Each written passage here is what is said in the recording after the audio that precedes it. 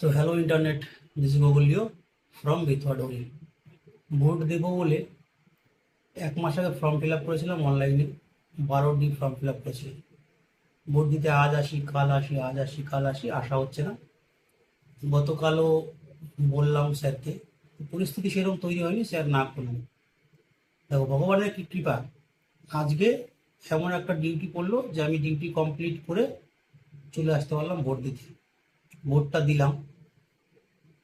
এই যে আমিও অংশগ্রহণ করলাম দেশের উন্নতির জন্য, পরিবর্তনের স্বার্থে।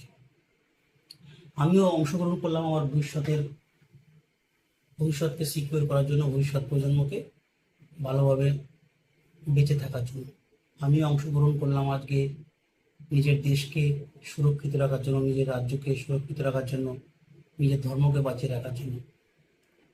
তো ভগবানের কাছে অনেক বলেছিলাম যে এবার আমার সেকেন্ড টাইম ভোট দেওয়া, আমি চাকরি পাওয়ার পর এবার সেকেন্ড টাইম ভোট দিলাম। ভগবানের কাছে অনেক বলেছিলাম, ভগবান রাস্তা বের করে দিয়েছে। আমিও এসেছিলাম ভোট দিতে। ভোট দিতে পেরে খুব ভালো লাগলো। আর সব থেকে ভালো লাগলো, আমি আমার পছন্দের জায়গায় ভোটটা দিতে পারলাম।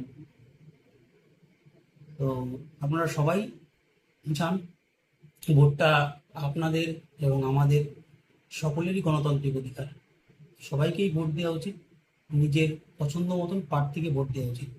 কারোর ভয়ে নয়, কারোর ভরসায় নয়, নিজের পছন্দ মতন প্রার্থী বুঝে শুনে বিচার করে দেওয়া উচিত। আমিও দিলাম, ভয়কে দূরে রেখে ভরসাকে কাছে টেনে নিয়ে আমি আমার পছন্দের প্রার্থীকে ভোট দিলাম। তো আপনারাও দলে দলে যান।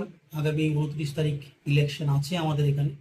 আপনারাও দলে দলে যান, দেশের কথা ভেবে, ভবিষ্যৎ প্রজন্মের কথা ভেবে, নিজের ধর্মের কথা ভেবে ভোটটা দেবেন। আমি কোনো নির্দিষ্ট দলের হয়ে কথা বলছি না, বা কোনো কারোর প্রভাবে পড়ে কথা বলছি না। আমি আমার নিজের মতামত থেকে বলছি। আপনি আপনার ভোট দেবেন, কোথায় দেবেন আপনার ব্যক্তিগত ব্যাপার, কিন্তু ভোট দেওয়ার আগে একটু ভাববেন যে ভোটটা আমি কাকে দিচ্ছি, সঠিক জায়গায় পড়ছে তো। এই জায়গাটায় ভোট দিলে আমার ভবিষ্যৎ প্রজন্ম কতটা সিকিউর হবে, আমার দেশ কতটা এগিয়ে যাবে, আমার রাজ্য কতটা এগিয়ে যাবে, আর আমরা কতটা সুযোগ সুবিধা পেতে পারি। আমরা কেন কাউকে ভোট দেবো? আমরা কাউকে ভোট দেবো এই জন্য যে আমরা যেন, সে যদি নির্বাচিত হয়, বা সে যদি নেতা হয়, বা সে যদি শীর্ষে থাকে, যেন আমরা সমস্ত পরিষেবাগুলো ঠিকঠাক পাই, আমাদের দেশ যেন সুরক্ষিত থাকে, আমরা যেন সুরক্ষিত থাকি, আমাদের ভবিষ্যৎ প্রজন্ম যেন সুরক্ষিত থাকে। এই সমস্ত কিছু ভেবে, আগে পিছিয়ে না ভেবে, কারণ ভয়ে ভয় না পেয়ে ভরসার কথা স্মরণ করুন। আগামী 29 তারিখে আমাদের নদীয়াতে ভোট। আপনারাও দলে দলে যান, কোনো ভয় নেই, কোনো ভীতি নেই, বুক উঁচু করে যান ভোট দিতে, ভোট দিয়ে চলে আসুন। তো এটাই আমার কথা। আমি আজকে ভোট দিয়েছি, অনেক কসরত করে, অনেক এদিক ওদিক করে আসতে পেরেছি ভোট দিতে। তো এই পরিবর্তনের আবহে আমার ভোটটা আমি সঠিক জায়গায় দিতে পেরেছি, এটার জন্য আমি খুব আনন্দিত এবং ভগবানের কাছে আমি চিরকৃতজ্ঞ। এই যে আবার দেখায় প্রমাণটা, আমি ভোট দিয়েছি এবং আমার পছন্দের প্রার্থীকেই ভোট দিয়েছি, সঠিক জায়গায় ভোট দিয়েছি।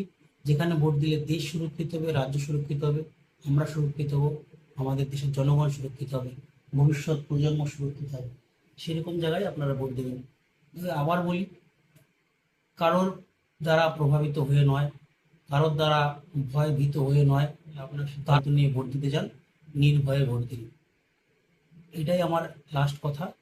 আর ওই যেটা বলি, ভালো থাকো, সুস্থ থাকো, আর বাঁকা রাস্তায় কখনোই দিশেহারা নয়।